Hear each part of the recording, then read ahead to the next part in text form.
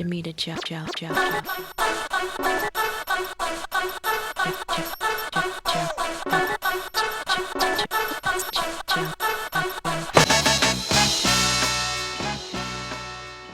It was a big blur. You can time it down here. I'm sure it was a big blur. Are you doing okay? I can leave for I'm producing a show, so I just wanted to keep an eye on it. Okay, rolling. I'm going to talk to the camera first. Okay. You're watching the story of Janet Jackson. My name's Bill Wolichka, and it's an amazing story. In roughly 10 years' time, something like 50 million albums sold worldwide, not including the brand new disc. All for you. Please welcome Janet Jackson. Hi. Hi. You're about to see your life flash before your eyes. I am? For the next hour. I am? Yeah. Oh, really? Oh, cool. Well, and we are going to jump around the years, of course, but talk a lot about this as well. What's amazing about All For You? It's just another in a long line of great songs. But having said that, I'm wondering if at this point, if you can take that for granted, those songs and where they come from. And Me? Yeah. No, because I always write what's going on in my life. I don't take any of it for granted, and I'm so thankful and feel so blessed to be where I am and all that I've been given. Can you feel the storm kicking around a Janet Jackson album's release, though? Because it is an event, almost. Honestly, no. I've been just traveling so much and doing so many interviews and just keeping busy. And when I'm not doing an interview, I'm on the phone having a quick meeting about the tour, or after a show, doing an interview such as this, having another meeting about the set design and flying people here and there, so preparing for the tour. So I don't get a chance to see it because I've been going from one city to the next, sometimes not even staying 24 hours in one place. Do you call the shots in a situation like that? Saying, a schedule is presented to you, can you say, no, too busy, no, I need to sleep? Yes, definitely, but I don't. Because, this is part of my work, and this is what I have to get done, and I enjoy it. And as long as I don't collapse, I'm okay. It's not too tough for me. It's a lot of hard work, but it's not too tough. As long as I get to sleep at the end of the day, I'm cool. Lots of people don't see that, I'm sure. How much work goes in. A lot, right? Yeah, it's a lot of hard work. Yeah. Well, that 50 million sales figure, I know it's nice to keep track, I'm thinking. I'm sure you don't, and the sales figures don't mean a lot to you. But I have to ask, what does mean a lot to you in terms of the career? I mean, that's a great figure, sure. But what do you get out of it besides saying, hey, 50 million records, which you know what I get out of it? I get out of it when a kid comes to me after a show and says that you've changed my life, listening to your music. Or I was so down and this and that, and you've just totally guided me in a positive path, and my life has taken a turn for the better. That's what I get out of it. That's where the success comes in for me. That's the true achievement for myself. How often does that happen? A lot. It just happened to me just before I got here, as a matter of fact. Can you repeat what was said? He said, what did he say? His name is Sonny. He lives here in Toronto, and he said that he was very depressed, I think it was, and by listening to my music, it totally took him out of this space that he was in, and showed him a lot about himself in, I guess, a positive way. So I'm very appreciative of that. I really am, and they're the ones that truly do the work, for the most part, and I'm glad they finally hear something that sparks, but that's what it's about to me. I feel we all have a job being on this earth that God puts us on, and I think my job is to help people, and I do it through what I know best, which is my music. You're active in a lot of charities. Speaking of helping people, which ones are most important to you, if you can... They're all important to me. They're all important, and I still don't do enough. And I love helping people. I love working with the United Negro College Fund. I've worked with Boys and Girls Club for a while, and I've now decided that I'm going to definitely donate some of the proceeds from the tour to them this time around. And I work with different charities, charities that deal with terminally ill kids, and it's their final wish to do whatever it is they want to do with you, spend the day with you, go to Disneyland with you, just have dinner with you, meet you, whatever it is that would make them happy to do something with you, then we do it. I love creating. I love my music, but this is really what it's all about. And I've always wanted to be a philanthropist. No one said it yet. God bless you. Oh, thank you very much. Very sweet. Switching gears totally. Very sweet. Okay. Production. By the way, it's a great opening for the record. The intro. Oh God, me and Kelly, my friend. You didn't know it was recorded? No, I didn't. Everyone keeps asking me, was that acting? No, it's never. I mean, you could listen to Rhythm Nation, Control. Jimmy's always taping me. That's why I'm laughing on all the tracks all the time. Or, I think the best way to tell you is like in Runaway, which I actually heard the other day, and I was flat on hitting the note, and I said that wasn't such a good time or something I said. But I'm always talking when I'm supposed to be singing, and Jimmy loves it so much that we just decided to keep it in some of the songs, or all the giggling and oh, you're silly. No, but I didn't know. We were talking about the choreography for Icon, and I was mad that Sean, who's another friend of mine, the choreographer, decided to change a move, and I said, why? For what reason? And she said, well, it actually goes with the music. So then we were running the steps in our head. A couple girls talking. That's what it was. Well, yeah, a couple of girls talking, not about guys, is what it was. See, I thought the opposite. I want to come back to that, but I think in '86 you first started working with Terry. And Jimmy, yeah, yeah. Could you imagine doing what you do without them at this point? Without them. It just seems to be the solid foundation, the solid relationship. It really is, and it's not a matter of imagining or feeling if I can or can't do it without them. It's what we have that's I feel is so special, and that's why we continue. There's a great deal of respect. We're very close. It's not just a working relationship. We love creating. It's just like being with somebody for so long you can kind of finish each other's sentences, so to speak. I mean, that's the way we are. There are no egos involved. I love the fact that Jimmy is so open to different styles of music, because that's the way that I am, and that's how I grew up. And a great deal of that filters into the songwriting, into the tracks.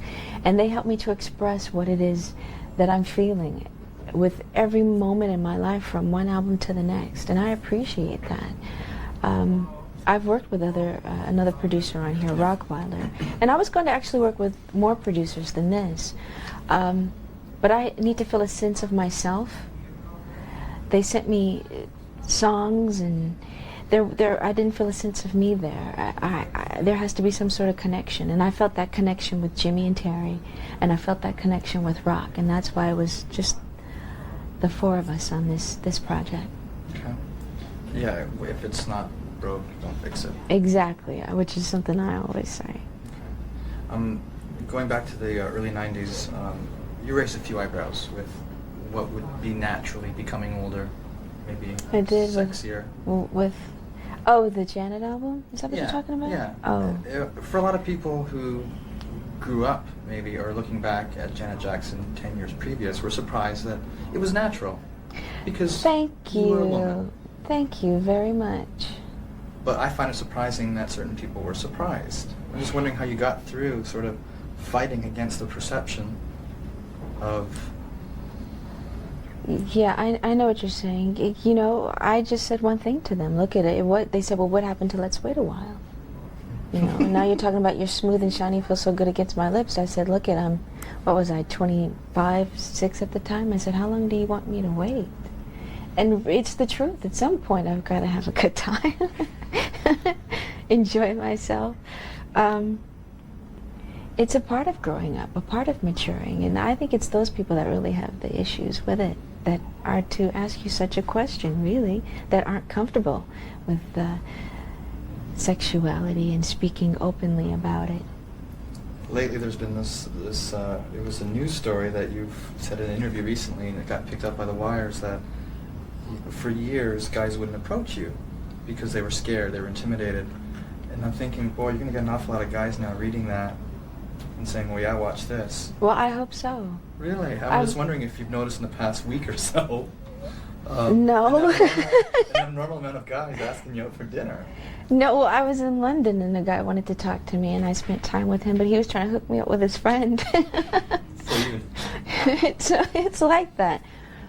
And it's like, well, gosh, and you just, yeah. It's not that I've never ever been asked out by a guy, but it's always not the guy you want to be asked out by. That it happens with. But everyone that I've ever dated, I've done the asking since day one, since with James and with Renee. Mm-hmm. And it's, I don't know, my friends say that they're intimidated because I'm an entertainer, so I guess that's what it is. From a guy's point of view, I think guys like that. Like what? Like a girl to ask. I mean, it's, you can compare it to giving someone a card. I was once told it's just cheesy. So, For a guy to ask? yeah. I don't think it's cheesy. I think it should just go both ways. If that's what you're feeling, then do it. I don't like all that game playing. I guess that's what it is with me. And then it's not just game playing, but yeah, intimidation may be a thing. And just them being shy or I don't know, they try to be smooth sometime and they come out looking corny in the end and feeding you some stupid ass line, and it's just it's silly. Just be yourself and strike up a conversation. We'll see where it goes from there. But I don't mind asking. And I think a lot of girls do that. I'm not the only one. Okay, well, enough of dating tips. Those are tips. I think most guys would appreciate that. Really? I think so. Mm-hmm. Well, the problem, I think, it's just, there's two mindsets at work here, and sometimes guys need to be slapped in the head with a female perspective on things, because there's a lot of misconceptions. And Yeah, that's true. I accept you. I mean, I agree with you on that. Okay. I want to talk about Monaco for a second. Yes. Not specifically our conversation, which you forgot. Yeah, let's not bring that up. I was there a few years previous, and I saw Michael a couple times be swarmed, almost to the point of it being really frightful. I saw arms and flailing and stuff, and I imagine you've been in that position too. Yeah, with paparazzi I've seen that, and I've seen that with him too. Wait, one quick story. Mike and I, years ago, we went to the music store, but I stayed in the car while he went into the store. How long ago? Oh God, we were young. It was maybe around just after Thriller or Off the Wall, maybe Off the Wall, I think. He went into the music store and I stayed in the car. And he came back to the car running, and I was just laughing, and I looked at him, and he had his shirt was red. And he says, "Dunk, we gotta get out of here," and everything, his clothes were ripped. And I was cracking up laughing. I thought it was so funny, because you want that time of doing things on your own and just not having security always with you, and you can't. It's unfortunate. Well, that was my question. It must be this difficult balancing act where you're a human being. Yes. You want to go record shopping. Yes. But sometimes you can't without, people around just to protect you from. No, you can't. Is that a trade-off? And it's a pain in the ass is what it is. It really is, because you want to be with your friends, you want to have a good time, you want to go to amusement parks and not see the backside and go up the back way. You want to enjoy the park the way everyone else is. Unfortunately, it obviously doesn't bother me enough to give up my day job, really. So, and I love what I do, and there's a give and take to everything. And that's part of the sacrifice. And if you want it that much, you will ignore that side. I mean, there are times when there are places you can go that you know about, and the people that own the place and run the place and the people that work there, they totally respect your privacy. The paparazzi don't know that you're there, and you keep it that way. And you see other entertainers there. And that's great when you're hanging out and going to those places. But it's sad when they close the store down for you and you come out and there are paparazzi everywhere. And someone in the store wound up telling that you're there, and it's they exchange money and Wow. tip-offs, and you get paid for it, and it's sad. It really is sad, but it's part of the job. Do you remember the first time it happened to you? No. Just that feeling of being threatened and invaded. No, I can't remember the first time. And see, and I've seen it all my life, I feel, because my brothers were, with their first hit, I was 2 years old. So, and living in California, so that's all I've seen all my life, is, you know, things like that happen with them.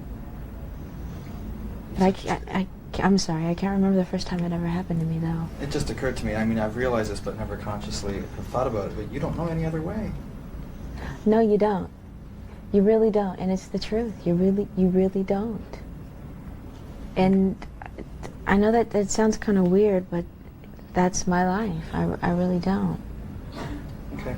I want to talk about Scream for a second, just that video. Sure. I remember looking at your brother's career and yours. You've never compared, there was never any competitiveness there. You've never sort of targeted your numbers to match his numbers, but I remember seeing that video for the first time and thinking, she's right up there. Really? Yeah. And I'm wondering if around that time, if it ever occurred to you, or maybe you can't even look at it that way. I'm very competitive. And my whole family's that way. Mike knows it, and you know, we talk about it a lot and we joke about it. But when it came to Scream, it wasn't about who looks the best, who's going to, it was about us as a team. We were a team at that point and taking on everyone else. And that's still the way that I see it. I heard things afterward, but that's me being with my big brother and just having his back, the way I always have. Again, God bless you. Thank you. Thank you. Okay. Maybe next time we meet, you'll remember this one. I promise. I'll remember this one. I promise. I promise. Okay. Thank you. My pleasure. You are living and twirling. Do you know that?